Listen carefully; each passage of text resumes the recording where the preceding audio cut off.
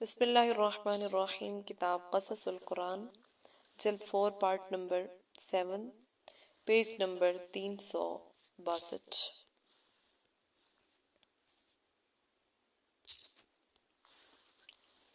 پھر مطالعہ کیجئے اس عظیم الشان واقعہ کا جو ہجرت خاتم الانبیاء سے تعلق رکھتا ہے اور سورہ انفال میں دشمنان حق کی ذلت و رسوائی کا ابدی اعلان ہے۔ ان دونوں واقعات میں حق و باطل کے مارکوں، دشمنوں کی خفیہ سازشوں اور انبیاء علیہ السلام کی حفاظت کے لیے وعدہ الہی اور اس کے بے غل و غش پورا ہونے کا جو نقشہ قرآن عزیز نے پیش کیا ہے، تاریخی نگاہ سے ان پر غور فرمائیے اور فیصلہ کیجئے کہ جس خدا نے صالح علیہ السلام اور خاتم الانبیاء محمد صلی اللہ علیہ وسلم کے ساتھ اپنے وعدہ حفاظت کو اس شان رفیع کے ساتھ پورا کیا ہو، کیا متنبہ پنجاب کے عقیدہ کے مطابق اسی شان معجزانہ کے ساتھ وہ عیسیٰ علیہ السلام کے حق میں پورا ہوا؟ نہیں، ہرگز نہیں۔ حالانکہ آیات قرآنی شاہد ہیں کہ ان دونوں واقعات کے مقابلہ میں عیسیٰ ابن مریم سے کیے گئے وعدے زیادہ واضح تفصیلات رکھتے ہیں اور ان میں صاف کہا گیا ہے کہ خدا کے بہترین مخفی فیصلہ کے مطابق حضرت مسیح کے دشمن ان کو ہاتھ تک نہ لگا سکیں گے۔ تبھی تو قیامت کے روز اللہ تعالیٰ اپنے جن احسانات و انعامات کو شمار کرائے گا، ان میں سے ایک بڑا انعام و احسان یہ بھی ہوگا وَإِذْ كَفَفْتُ بَنِي إِسْرَائِيلَ عَنْكَ، اور جبکہ ہم نے بنی اسرائیل کو تجھ سے روک دیا تھا۔ متنبہ پنجاب کو اگر اپنی نبوت اور مسیحیت کی افتراء اور ڈھونگ کو مضبوط کرنے کے لیے حضرت مسیح کے زندہ آسمان پر اٹھائے جانے کے خلاف اس درجہ ناگواری تھی، جیسا کہ متنبہ کاذب کی تصنیفات سے معلوم ہوتا ہے، تب بھی یہود و نصارہ کی اندھی تقلید کے لیے مقابلہ میں جو نصوص قرآنی کے خلاف کفر بواح تک پہنچاتی اور حضرت مسیح کی شان رفیع کے حق میں باعث توہین و تضلیل اور وعدہ الہی کی تکذیب کرتی ہے، کیا یہ کافی نہیں تھا کہ تعویل باطل کے پردہ میں اتنا ہی کہہ دیا جاتا کہ وہ اگرچہ باقاعدہ حیات آسمان پر نہیں اٹھائے گئے، مگر اللہ تعالیٰ نے بند مکان سے کسی طریق پر ان کو دشمنوں کے نرغے سے نکال کر محفوظ کر دیا اور دشمن کسی طرح ان کو پا نہ سکے۔ لیکن وائے برحال متنبہ قادیان کے خدا کے سچے پیغمبر حضرت عیسیٰ ابن مریم علیہم السلام کے ساتھ بغض و عناد نے خسرت دنیا والآخرہ کا مصداق بنا کر یہ چھوڑا۔ قادیانی تلبیس اور اس کا جواب۔ حضرت عیسیٰ کے اس معرکۃ الاعرام مسئلہ میں جو ان کی عظمت اور جلالت کا زبردست نشان ہے، سورہ آل عمران کی آیات کا باہمی ربط اور ترتیب ذکری خصوصیت کے ساتھ قابل توجہ ہے کہ متنبہ کاذب نے اس میں بھی تلبیس الحق بالباطل کا ثبوت دے کر ناواقف کو گمراہ کرنے کی کوشش کی ہے۔ قرآن عزیز سورہ آل عمران میں اللہ تعالیٰ نے حضرت مسیح کے دشمنوں کے نرغہ میں گھر جانے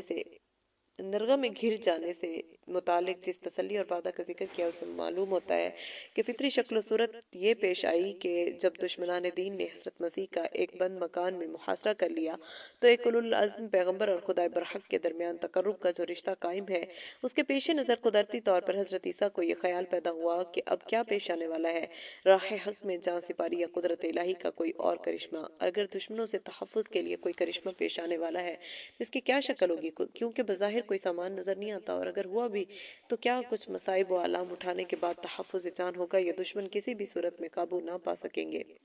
تب اللہ تعالیٰ نے حضرت عیسیٰ کو مخاطب کرتے ہوئے حضرت عیسیٰ کے قلب میں فطری طور پر پیدا ہونے والے سوالات کا ترتیب بار اس طرح جواب دیا: عیسیٰ، میری یہ ذمہ داری ہے کہ میں تیری مقررہ مدت حیات پورا کروں گا، یعنی مطمئن رہو کہ تجھ کو دشمن قتل نہ کر پائیں گے۔ انی متوفیک، اور صورت یہ ہوگی کہ اس وقت میں تجھ کو اپنی جانب یعنی ملأ اعلیٰ کی جانب اٹھا لوں گا۔ ورافعت الیک، اور یہ بھی اس طرح نہیں کہ پہلے سب کچھ مصائب ہو کر گزریں گے، پھر ہم تجھ کو آخر میں علاج معالجہ کرا کر ٹھیک کریں گے، بلکہ یوں ہوگا کہ تو دشمن کے ناپاک ہاتھوں سے ہر طرح محفوظ رہے گا اور کوئی دشمن تجھ کو ہاتھ نہیں لگا سکے گا۔ وَمُطَهِّرُكَ مِنَ الَّذِينَ كَفَرُوا، یہ تو تمہارے فطری سوالات کا جواب ہوا، لیکن اس سے بھی زیادہ ہم یہ کریں گے کہ جو تیرے پیرو ہیں، خواہ غلط کار ہوں جیسا کہ نصارہ اور خواہ صحیح العقیدہ ہوں جیسا کہ مسلمان، ان کو قیامت تک یہود پر غالب رکھیں گے تا قیامت کبھی ان کو حاکمانہ اقتدار نصیب نہیں ہوگا۔ باقی رہا تمام معاملات کا فیصلہ، سو اس کے لیے قیامت کا دن مقرر ہے۔ اس روز تب سب اختلافات ختم ہو جائیں گے، حق و باطل کا دو ٹوک فیصلہ کر دیا جائے گا۔ زیر بحث آیات کی یہ تفسیر جس طرح سلف صالحین اور اجماع امت کے مطابق ہے، اسی طرح اس میں آیات میں کیے گئے متعدد وعدوں کے ترتیب میں بھی کوئی فرق نہیں پڑتا اور مقدم کو مؤخر اور مؤخر کو مقدم کرنے کی ضرورت پیش نہیں آتی، مگر مرزا قادیانی نے اپنی مسند مسیحیت و نبوت کو قائم کرنے کے لیے قرآن و احادیث صحیحہ اور اجماع امت کے خلاف جبکہ یہ دعویٰ کیا کہ حضرت عیسیٰ کی موت ہو چکی، تو اس سلسلہ کی آیات میں تحریف مانوی کا نام سعی کو بھی ضروری سمجھا اور دعویٰ کیا کہ اگر مسیح کی موت کے وقوع کو اور تطہیر اور تفوق المطیعین علی الکافرین سے قبل تسلیم نہ کیا جائے گا تو ترتیب ذکری میں فرق آ جائے گا اور مقدم کو مؤخر اور مؤخر کو مقدم ماننا پڑے گا، اور یہ قرآن عزیز کی شان بلاغت کے خلاف ہے، لہٰذا یہ ماننا چاہیے کہ وعدہ کا وقوع ہو چکا اور عیسیٰ پر موت آ چکی۔ مرزا قادیانی کی یہ تلبیس اگرچہ ان حضرات سے تو پوشیدہ نہیں رہ سکتی جو عربیت اور قرآن کے اسلوب بیان کا ذوق رکھتے ہیں، لیکن عوام کو مغالطے میں ڈال سکتی ہے، اس لیے اس عنوان کے شروع میں ہی آیات کی تفسیر کو اس طرح بیان کیا گیا کہ مرزا کی جانب سے جو تلبیس کی گئی وہ خود بخود ظاہر ہو جائے۔ تاہم مزید تشریح کے لیے یہ اور اضافہ ہے کہ ترتیب ذکری کا مطلب یہ ہوتا ہے کہ کلام میں اگر چند باتیں ترتیب وار کی گئی ہیں تو ان کا وقوع بھی اس طرح ہونا چاہیے کہ اس کلام میں ذکر کردہ ترتیب بھی کرنے نہ پائے اور مقدم کو مؤخر مقدم نہ کرنا پڑے، اور یہ جب ضروری ہے کہ کلام کی فصاحت پر تقدیم و تاخیر کو بھی فصاحت کی جان سمجھا جاتا ہے، اور یہ علم معنی کا مشہور مسئلہ ہے۔ بس قرآن کی آیات میں جمہور اہل اسلام کی تفسیر کے مطابق ترتیب ذکری بحالی قدیم ہے، اس لیے کہ خدا کی جانب سے پہلا وعدہ یہ ہے کہ میں تمہاری مقررہ مدت پوری کروں گا، یعنی تمہاری موت اور دشمنوں کے ہاتھ سے نہیں ہوگی بلکہ تم اپنی طبعی موت سے مرو گے، مگر اس سے پہلے وعدہ کو پورا کرنے کے متعدد صورتیں ہو سکتی ہیں، یہ کہ دشمنوں پر باہر سے اچانک حملہ ہو جائے اور فرار ہو جائیں، یا سب وہیں کھیت رہیں اور حضرت مسیح ان کی عزت سے بچ جائیں، یا یہ کہ قوم عاد و سمود کی طرح زمین یا آسمان سے قدرتی عذاب آ کر ان سب کو ہلاک کر دے، یا یہ کہ حضرت مسیح کسی ترکیب سے ان کے نرغہ میں سے محفوظ نکل جائیں اور ان کی دسترس سے باہر ہو جائیں، یا یہ کہ اللہ تعالیٰ اپنے کرشمہ قدرت سے عیسیٰ علیہ السلام کو مکان بند رہتے ہوئے ملائے اعلیٰ کی جانب اٹھا لے وغیرہ وغیرہ۔ تو قرآن نے بتایا کہ اللہ تعالیٰ نے حضرت عیسیٰ کو خبر دی کہ پہلے وعدہ کا ایفا مستعارہ بالا آخری شکل یعنی وَرَافِعُكَ إِلَيْهِ کی شکل میں ہوگا، اور ہوگا بھی ایسی قدرت کاملہ کے ہاتھوں کہ اس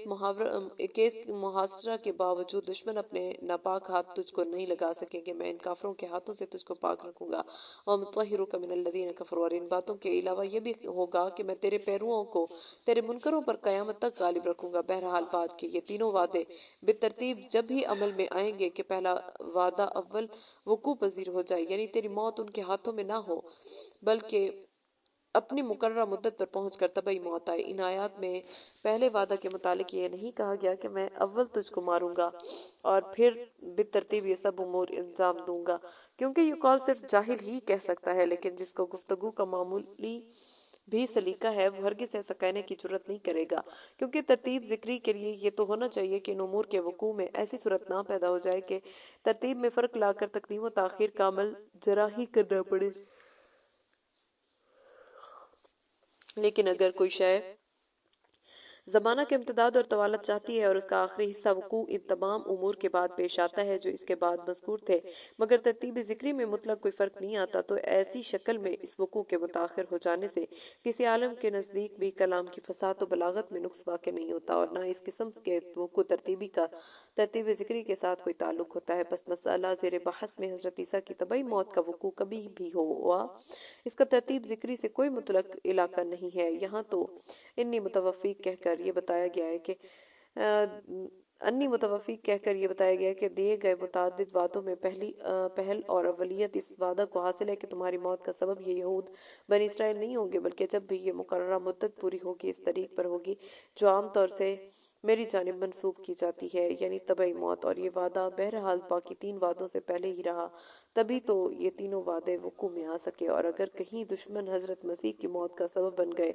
ہوتے تو پھر رفع اور تطہیر کے لیے کوئی صورت ہی نہ رہ جاتے، اور مرزا قادیانی کی طرح باطل اور رقیق تعویلات کی آڑ لینی پڑتی اور آیات زیر بحث کی روح فنا ہو کر رہ جاتی، اور یہ اس لیے کہ اگر رفع سے رفع روحانی اور تطہیر سے روحانی پاکی مراد لیے جائیں تو یہ قطعاً بے محل اور بے موقع ہوگا، کیونکہ قرآن کے ارشاد کے مطابق یہ وعدے حضرت عیسیٰ کو دیے جا رہے ہیں، تو حضرت عیسیٰ کو یہ بتانا ہے کہ تمہارے متعلق یہود کا یہ اعتقاد تم کاذب اور ملعون ہو غلط ہے، اور تم مطمئن رہو کہ میں تمہارا رفع روحانی کرنے والا ہوں قطع نابس تھا، کیونکہ حضرت عیسیٰ پیغمبر خدا ہیں اور جانتے ہیں کہ یہود کا افتراء کیا حقیقت رکھتا ہے۔ نیز یہود کو حضرت مسیح کے رفع روحانی کا پتہ نہیں ہو سکتا، کیونکہ یہ معاملہ عالم غیب سے متعلق ہے، تو خدائے برتر کا یہ ارشاد نہ حضرت مسیح کی برمحل تسلی کا باعث ہو سکتا تھا اور نہ یہود کے لیے سود مند، اور یہی حال دوسرے وعدہ تطہیر کا ہے، بلکہ جب بقول قادیانی یہود کے ہاتھوں حضرت مسیح صلیب پر چڑھا دیے گئے تو ناش پا لینے کے بعد شاگردوں کا مرہم عیسیٰ لگا کر چنگا کر لینے اور پھر من جانب اللہ جن کی ہدایت و ارشاد کے لیے مامور کیے گئے تھے ان سے جان بچا کر بھاگ جانے اور زندگی بھر گمنامی میں زندگی بسر کرتے رہنے کے بعد رافعوں کا الج اور ومطہروں کا من الذین کفروا کہہ دینے سے نہ یہود کے عقیدہ متعلق مسیح کی اتنی تردید ہوگی اور نہ ایک غیر جانبدار انسان ہی یہ سمجھ سکے گا کہ ایسے موقع پر جبکہ عیسیٰ دشمنوں کے نرغے میں ہے اور جبکہ ان کو یہ یقین ہے کہ میں خدا کا پیغمبر ہوں اور موت کے بعد رفع روحانی اور تطہیر لازم شے ہے، ان تسلیوں اور وعدوں کا کیا فائدہ ہے، خصوصاً جبکہ ان کے ساتھ دشمن نے وہ سب کچھ کر لیا جو وہ کرنا چاہتا تھا۔ البتہ جمہور اہل حق کی تفسیر کے مطابق آیت قرآنی کی روح اپنے معجزانہ بلاغت کے ساتھ پوری طرح ناطق ہے کہ یہ وعدے حضرت مسیح سے جس طرح کیے گئے وہ برمحل اور فطری اضطراب کے لیے بلا شبہ باعث تسکین ہے، اور نبی صلی اللہ علیہ وسلم کی معرفت کا وقت کے یہود و نصارہ کے وراثتی عقائد باطلہ کی تردید کے لیے کافی اور مدلل۔ جمہور اہل حق کی یہ تفسیر توفع کے معنی مقررہ مدت پوری کرنا اختیار کر کے کی گئی ہے، جس کا حاصل توفیل معنی موت نکلتا ہے، لیکن توفع کی حقیقی معنی نہیں ہے بلکہ بطور کنایہ کے مستعمل ہوئے ہیں، کیونکہ لغت عرب میں اس کا مادہ میٹر وفا یفی وفا سے ہے، جس کے معنی پورا کرنے کے آتے ہیں، اور اس کو جب باب تفاعل میں لے جا کر توفع بناتے ہیں تو اس کے معنی کسی شے کو پورا پورا پا لینا یا کسی شے کو سالم میں قبضہ کر لینا آتے ہیں۔ توفع اخذہ وافیہ اما تام یقال توفیت من فلان مالی علیہ، اور چونکہ موت میں بھی اسلامی عقیدہ کے مطابق روح کو پورا لے لیا جاتا ہے، اس لیے کنایہ کے طور پر کہ جس میں حقیقی معنی بحالی محفوظ رہا کرتے ہیں، توفع بمعنی موت مستعمل ہوتا ہے اور کہتے ہیں توفع اللہ ای اماتا۔ لیکن اگر موقع پر دوسرے دلائل ایسے موجود ہوں جن کے پیش نظر توفع کے حقیقی معنی لیے جا سکتے ہوں یا حقیقی کے ماسوا دوسرے معنی بن ہی نہ سکتے ہوں، تو اس مقام پر خواہ فاعل اللہ تعالیٰ اور مفعول سے روح انسان ہی کیوں نہ ہو وہاں حقیقی معنی پورے لے لینا ہی مراد ہوں گے۔ مثلا آیت وَيُتَوَفَّى الْأَنفُسَ حِينَ مَوْتِهَا وَالَّتِي لَمْ تَمُتْ فِي مَنَامِهَا، اللہ تو پورا لے لیتا ہے جانوں کو ان کی موت کے وقت، اور ان جانوں کو جن کو ابھی موت نہیں آئی ہے پورا لے لیتا ہے نیند میں۔ وَالَّتِي لَمْ تَمُتْ کے لیے بھی لفظ توفع بولا گیا، یعنی ایک جانب یہ اصراحت کی جا رہی ہے کہ یہ وہ جانیں نفوس ہیں جن کو موت نہیں آئی، اور دوسری جانب یہ بھی اصراحت کہا جا رہا ہے کہ اللہ تعالیٰ نیند کی حالت میں ان کے ساتھ توفع کا معاملہ کرتا ہے، تو یہاں اللہ تعالیٰ وفائل ہے، متوفع اور نفس انسانی مفعول ہے، متوفع مگر پھر بھی کسی صورت سے تو فی بمعنی موت صحیح نہیں ہے، ورنہ تو قرآن کا جملہ والتی لم تمت العیاذ باللہ محمل ہو کر رہ جائے گا، یا مثلا وَهُوَ الَّذِي يَتَوَفَّاكُمْ بِاللَّيْلِ وَيَعْلَمُ مَا جَرَحْتُمْ بِالنَّهَارِ، وہی اللہ ہے جو پورا لے لیتا ہے یا قبضہ میں لے لیتا ہے تم کو رات میں اور جانتا ہے جو تم کماتے ہو دن میں۔ سورہ انعام میں بھی کسی طرح توفع بمعنی موت نہیں بن سکتے، حالانکہ توفع کا فاعل اللہ اور مفعول انسانی نفوس ہیں، یا مثلا الآیت حَتَّى إِذَا جَاءَ أَحَدَكُمُ الْمَوْتُ تَوَفَّتْهُ رُسُلُنَا، انعام یہاں تک کہ جب آتی ہے تم میں سے ایک کسی کو موت قبض کر لیتے ہیں یا پورا لے لیتے ہیں اس کو ہمارے بھیجے ہوئے فرشتے، میں ذکر موت کا ہی ہو رہا ہے، لیکن پھر بھی توفت میں توفع کے معنی موت کے نہیں بن سکتے، ورنہ بے فائدہ تکرار لازم آئے گا، یعنی احدکم الموت میں جب لفظ موت کا ذکر آ چکا تو اب توفت ہوں میں بھی اگر توفع کے معنی موت ہی کے لیے کیے جائیں تو ترجمہ یہ ہوگا کہ یہاں تک کہ جب آتی ہے تم میں سے کسی ایک کو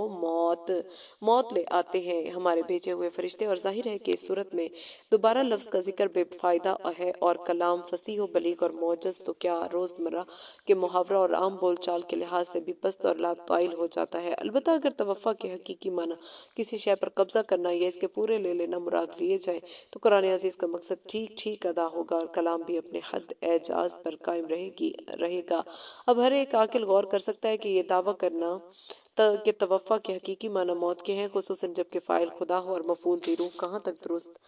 ہے۔ بہرحال اس موقع پر موت اور توفع دونوں کا ساتھ ساتھ بیان ہونا اور دونوں کا ایک ہی معمول ہونا اور پھر دونوں کے معنی میں فرق و تفاوت اس بات کے لیے واضح دلیل ہے کہ یہ دونوں مرادف الفاظ نہیں ہیں، اور جس طرح لیس و اسد بمعنی شیر، ابل و جمل یعنی اونٹ، نون و حوت بمعنی مچھلی وغیرہ اسماء کا، اور جمع شمل کسب بمعنی جمع ہونا، اور لبس مکس یعنی ٹھہرنا،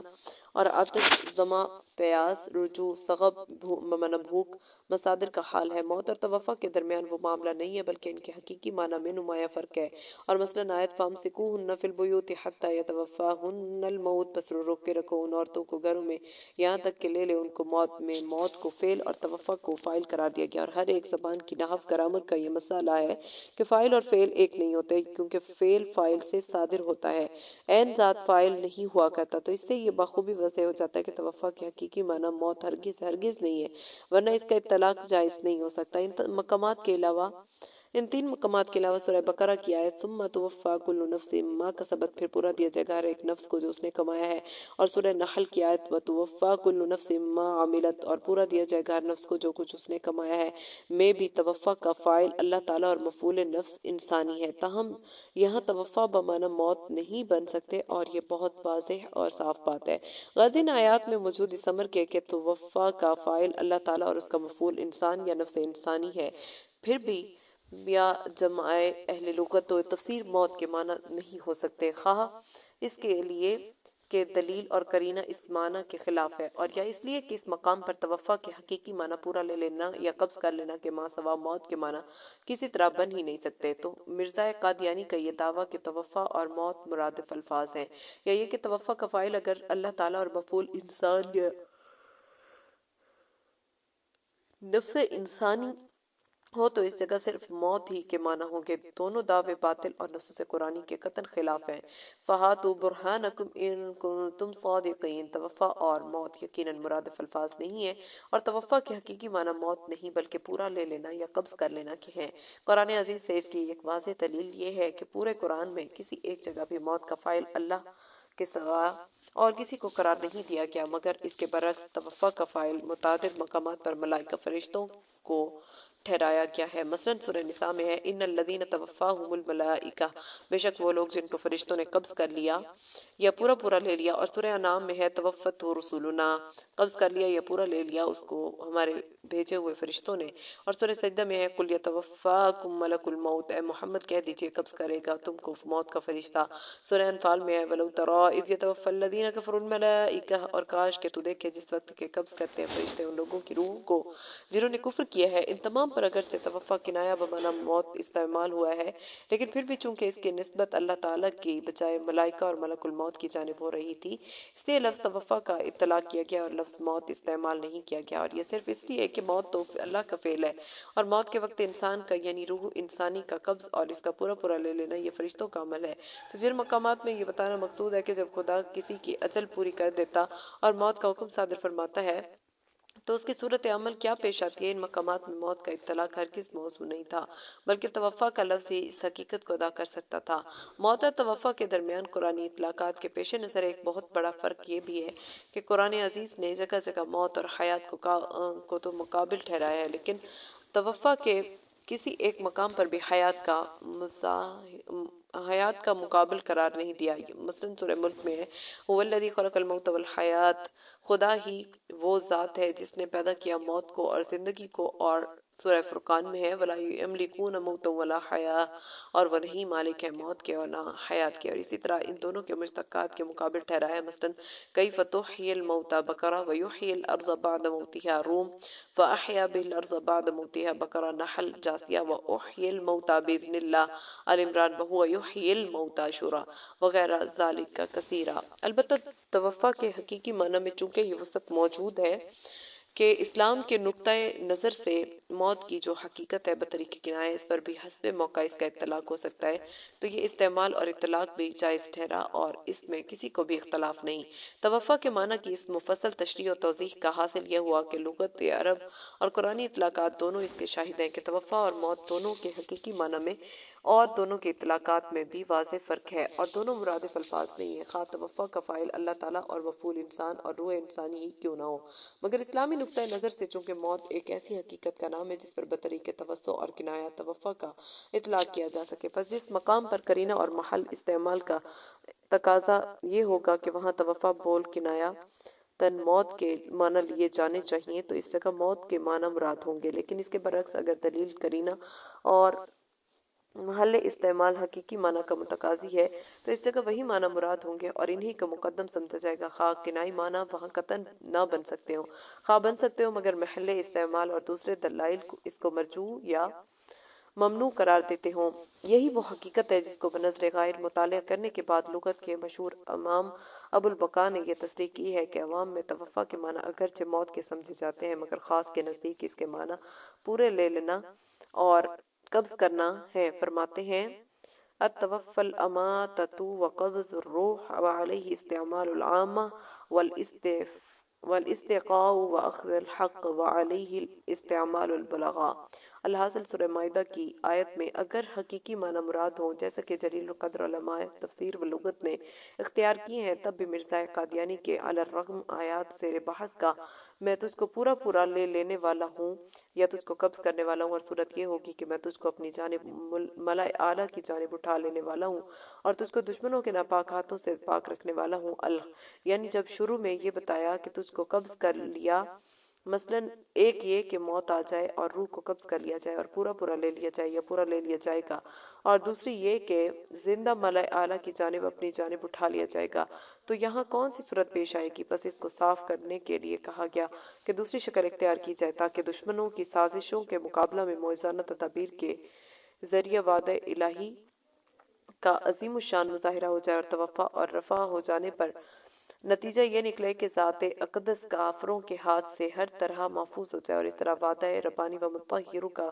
من الذین کفروا بغیر کسی تعویل کے صحیح ہو جائے، اور تعویل باطل کے ذریعہ خشک اور تردد یا حقیقت حال سے انکار صرف انہی قلوب کا حصہ رہ جائے جو قرآن سے علم حاصل کرنے کی بجائے اول اپنے ذاتی اوہام و ظنون کو رہنما بناتے اور قرآن کے منطوق و مفہوم کے خلاف اس کے منہ میں اپنی زبان رکھ دینا چاہتے ہیں اور اسے وہ کہلانا چاہتے ہیں جو وہ خود کہنا نہیں چاہتا، مگر وہ قرآن عزیز کی صفت سے غافل رہتے ہیں۔ لا یأتیہ الباطل من بین یدیہ ولا من خلفہ تنزیل من حکیم حمید۔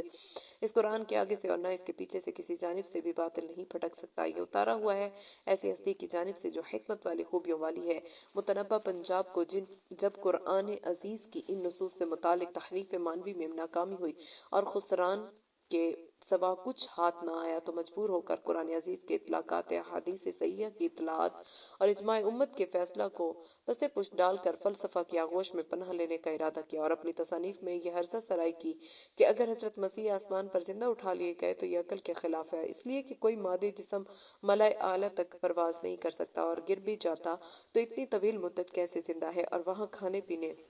رفع حاجت کرنے کی صورت کیسے عمل میں آ سکتی ہے۔ قدرت الہی کے معجزانہ افعال کو خلاف عقل کہہ کر بات اگر ختم ہو سکتی تو شاید قادیانی کی یہ فلسفیانہ مشق کافی ترخور اعتنا سمجھی جا سکتی، لیکن آج فلسفہ جدید بشکل سائنس ترقی کر کے جس حد تک پہنچ گیا ہے نظریات تھیوریز نہیں بلکہ مشاہدات اور عملیات پارٹیکلز اس بات کو ثابت کر رہے ہیں کہ فضا کے موانعات کو اگر آہستہ آہستہ ہٹا دیا جائے یا ان کو ضبط یعنی کنٹرول میں لے آیا جائے تو مادی جسم کے لیے غیر معلوم بلندی تک پہنچنا ممکن العمل ہو جائے گا، اور اس کے لیے جو جدوجہد کر رہے ہیں وہ ممکن العمل سمجھ کر ہی رہے گی اور سائنٹیفک طریقہ پر کر رہے ہیں۔ بس آج اگر انسان میلوں اوپر ہوائی جہاز کے ذریعے جا سکتا ہے، ٹیلی ویژن کے ذریعے ہزاروں میل سے مادی انسان سے باتیں کرتے وقت اس کے جسم کی تصویر لے سکتا ہے اور ہوا اور آفتاب کی لہروں اور شعاعوں پر کنٹرول کر کے ہزاروں میل تک اپنی آواز کو بذریعہ ریڈیو نشر کر سکتا ہے، ہزاروں برس کے گزرے ہوئے واقعات کو فضا میں نظم کر کے آج اس طرح سنا سکتا ہے گویا وہ سب کچھ اس وقت ہو رہا ہے۔ تو اس انسان کے خالق بلکہ خالق کائنات کے متعلق ازرا تفلسف یہ کہنا کہ وہ مادی جسم کو ملائے اعلیٰ تک کیسے لے جا سکتا ہے اپنی غباوت پر مہر کرنا نہیں تو اور کیا ہے۔ اگر ادویات، غذاؤں اور حفظان صحت کے مختلف طریقوں سے عمر طبعی کو دگنا اور 3 گنا کیا جا سکتا ہے اور کیا جا رہا ہے، نیز اگر مختلف غذاؤں کے اثرات و نتائج میں یہ فرق ہو سکتا ہے اور ہوتا ہے کہ کسی سے فضلہ زیادہ بنے اور کسی سے بہت کم بنے اور کسی سے قطعا نہ بنے بلکہ وہ خالص خون کی شکل میں تخلیل ہو جائے، اور اگر انسان اپنی ریاضتوں اور مجاہدوں کے ذریعے روحانی قوت کو بڑھا کر آج اس دنیا میں دنوں، ہفتوں بلکہ مہینوں بغیر خورد نوش زندہ رہ سکتا ہے، تو مجبور انسان کی ان کامیاب کوششوں کو صحیح سمجھنے کے باوجود خالق ارض و سماوات کی جانب حضرت مسیح کی رفعت آسمانی پر مستورہ بالا شکوک پیش کرنا یا ان کے پیش نظر ان کے بجسد عنصری ملائے اعلیٰ تک پہنچنے اور وہاں زندہ رہنے کا انکار کرنا اگر جہالت نہیں تو اور کیا ہے۔ حقیقت یہ ہے کہ جو شخص علم حقائق سے ناآشنا اور علوم قرآن سے محروم ہے وہ خلاف عقل اور ماورا عقل ان دونوں باتوں کے درمیان فرق کرنے سے عاجز ہے، اور اس لیے ہمیشہ ماورائے عقل کو خلاف عقل کہہ کر پیش کرتا رہتا ہے۔ دراصل انسان کی فکری گمراہیوں کا سرچشمہ صرف 2 ہی باتیں ہیں، ایک یہ کہ انسان عقل سے اس درجہ بے بہرا ہو جائے کہ ہر ایک بات بے سمجھے بوجھے مان لے اور اندھوں کی طرح ہر ایک راہ پر چلنے لگے، اور دوسری بات یہ ہے کہ جو حقیقت بھی عقل سے بالا تر نظر آئے اس کو فوراً جھٹلا دے اور یہ یقین کر لے کہ جس شے کو اس کی سمجھ یا چند انسانوں کی سمجھ ادراک نہیں کر سکتی وہ شے حقیقتاً وجود نہیں رکھتی اور تکذیب کے لائق ہے۔ حالانکہ بہت سی باتیں وہ ہیں جو ایک دور کے تمام عقلاء کے نزدیک ماورائے عقل سمجھی جاتی ہیں، اس لیے کہ ان کی عقلیں ان باتوں کا ادراک کرنے سے عاجز رہیں، مگر وہی باتیں علمی ترقی کے دوسرے دور میں جا کر نہ صرف ممکن الوقوع قرار پاتی بلکہ مشاہدہ اور تجربہ میں آ جاتی ہیں۔ بس اگر ہر ایک وہ شے جو کسی ایک انسان یا جماعت یا اس کے دور کے تمام اہل عقل کے نزدیک ماوراء عقل تھی، خلاف عقل کہلانے کی مستحق تھی، تو وہ دوسرے دور میں کیوں عقل کے لیے ممکن ہوئی بلکہ مشاہدے میں آ گئی۔ قرآن عزیز نے گمراہی کی اس پہلی حالت کو جہل، خرز، اٹکل سے تعبیر کیا ہے اور دوسری حالت کو الحاد کہا ہے، اور یہ دونوں حالتیں علم و عرفان سے محرومی کا نتیجہ ہوتی ہیں۔ خلاف عقل اور ماورائے عقل کے درمیان یہ فرق ہے کہ خلاف عقل بات وہ ہو سکتی ہے جس کے نہ ہو سکنے کے متعلق علم و یقین کی روشنی میں مثبت دلائل و براہین موجود ہوں، اور عقل دلیل، برہان اور علم یقین سے یہ ثابت کرتی ہو کہ ایسا ہونا ناممکن اور محال ذاتی ہے، اور ماورائے عقل اس بات کو کہتے ہیں کہ بعض باتوں کے متعلق عقل ہی کا یہ فیصلہ ہے، چونکہ انسانی عقل کا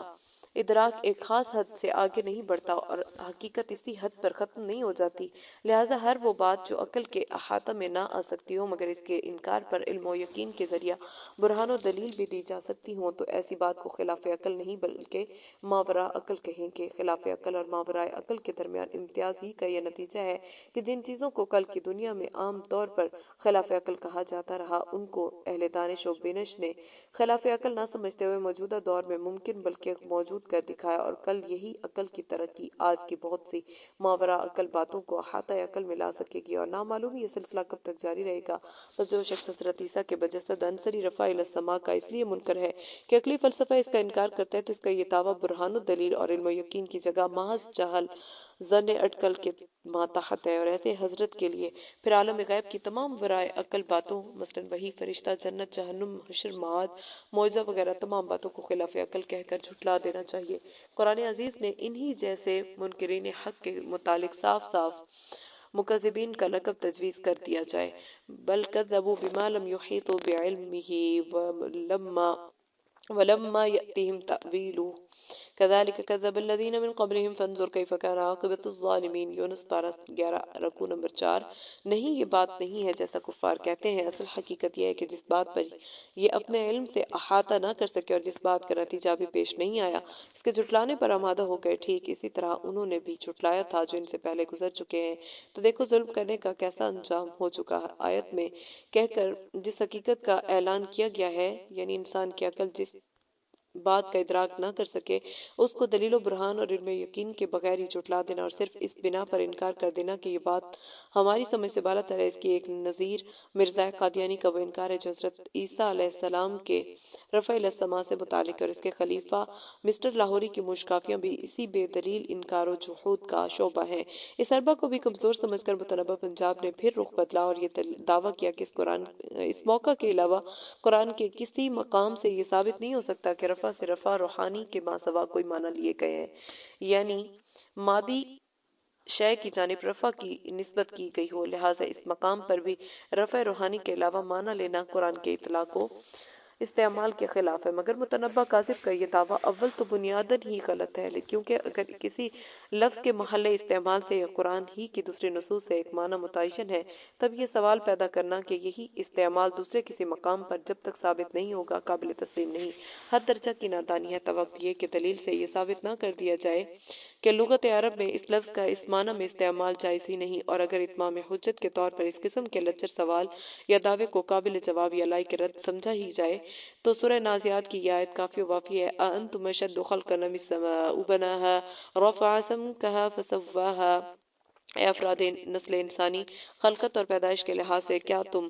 زیادہ بھاری اور بوجھل ہو یا آسمان جس کو خدا نے بنایا اور اس کے بوجھل جسم کو بلند کیا، اور ایک آسمان پر ہی کیا موقوف ہے؟ یہ ہم سے لاکھوں کروڑوں میل دور فضا میں سورج، چاند، ستاروں کو خدائے برتر نے جو بلندی اور رفعت عطا کی ہے، کیا یہ سب کے سب مادی اجسام نہیں ہیں؟ اور اگر ہیں، اور جس خالق کو ارض و سماوات میں ان مادی اجسام کا رفع آسمانی کیا ہے، اور اگر وہ ایک انسانی مخلوق کا رفع آسمانی کر دے تو اس کو قرآن کے اطلاق و استعمال کے خلاف کہنا غباوت اور جہالت نہیں تو اور کیا ہے؟ البتہ ثبوت درکار ہے تو اس کے لیے قرآن عزیز کی نصوص، صحیح احادیث و اجماع امت سے زیادہ موثق ثبوت اور کیا ہو سکتا ہے؟